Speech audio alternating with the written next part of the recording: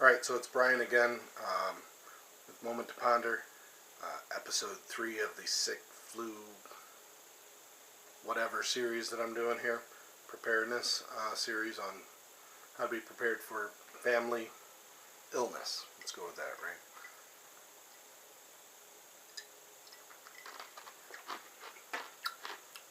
Chew ice. Sore throats, no. So this is going to be preparing sick treatment areas, right? In some cases, like a normal flu, normal bed, right? If you're not horking, you don't have, other gastrointestinal issues, sleeping in bed, it's the way to go, right? Just lay down, blanket up, and be done. But here's some other preparedness tips. The stuff that we had during this flu, probably a norovirus, stomach gastrointestinal issue, there was no making it from the bed to the bathroom. That wasn't a possibility during the peak, right? So we bedded down in the bathroom. We had to set up beds there. Sleeping on tile is not comfortable. So having an alternate plan for that. Also, if like half your house is sick, you may want to quarantine people to one room. The sick people to one room, have one person helping them who's not sick. This helps prevent the spread of illness. So, there may not be enough beds in that one or two rooms, so you need to have alternate things. Or, in the case of like my children, if they're really sick, they want me to stay with them, but I don't want to sleep in their bed. I don't want them in my bed and all that. It's too close. So I don't want to sleep on their floor. So here's what I do, right? There's some options. And that's what I'm going to show you now. So for the sicko, right? They got to lay on the floor near the toilet so they can make it in time. Here's an option here, right? You can see my feet. This is just a king size blanket of some sort, right? Could be a quilt or any sort of comforter type of thing, something thick, right? It's folded up on itself several times to make a 3/4 length, 1 width wide bed. Now, if it's just a normal, if it's a helper sleeping on this, it gives just a little bit of cushion, right? If it's a helper sleeping on this, throw a sheet over there or a towel. Whenever I do it for a sicko, though, there's definitely at least one layer of towels.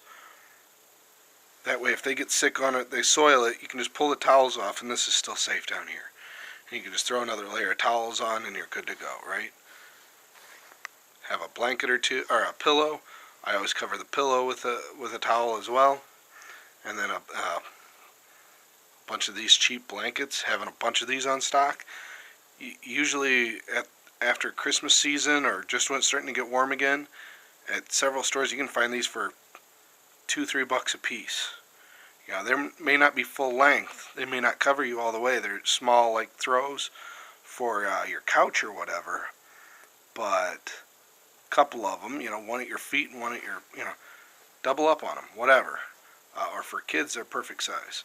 Now this just happens to be the dog one, so the dog's been chewing on it. But for example purposes, that's why we have it. I bought this, I'm sure, for no more than $2.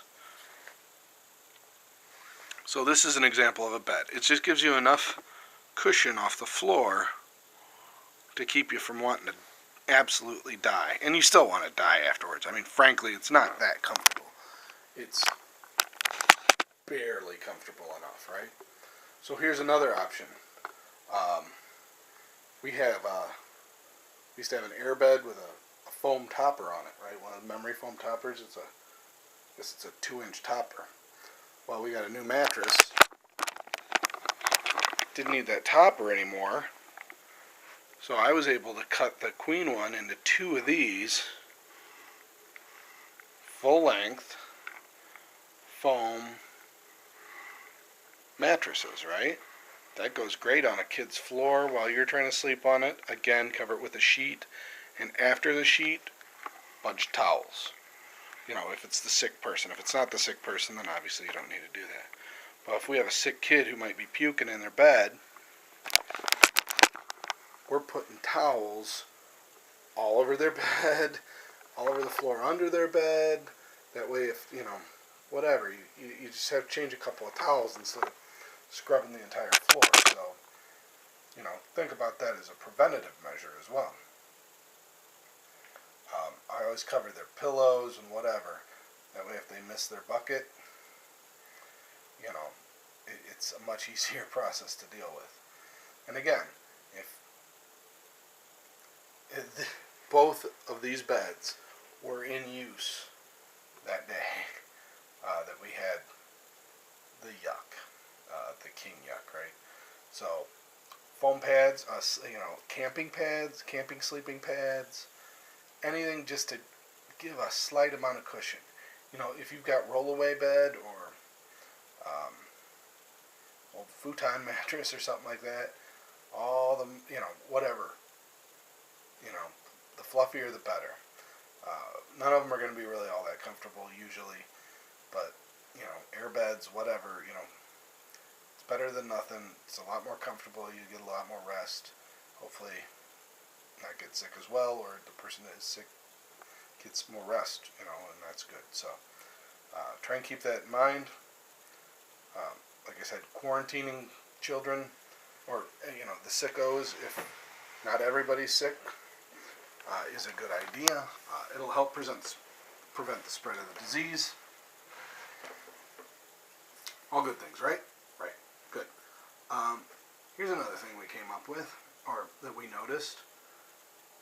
The dog wasn't able to go to the dog park and burn off her energy, and the kids got better before the parents did because they got it basically a day before the parents, so they were running around being a bunch of jackholes because we couldn't entertain them. So think of, have a movie or something that they've never seen, some coloring books that you've never pulled out for them, games, maybe a relative that can come over and get them. Same with the dog, whatever. A new bone that they haven't had yet, or a neighbor that'll take care of your dog for a day or two. Because ours is a puppy right now. An adult dog's maybe not as big a deal, but a puppy needs constant attention. And when you're asleep for 14 hours a day, much more difficult to give them attention. They're trying to eat your pillows, and not good, right? So think about things like that. How are you going to deal with those things if everybody's sick, or the caretakers are sick, right? Alright, so that was video number 3 in our series here. We broke up the middle one there a little bit. I'll be back as soon as you click the next link, with the 4th video, actual treatment, and hopefully that's only one video, but it might roll into 2. We'll see. So again, subscribe, like, and comment. Blah blah blah. www.momenttoponder.com. That's the podcast. Things and stuff.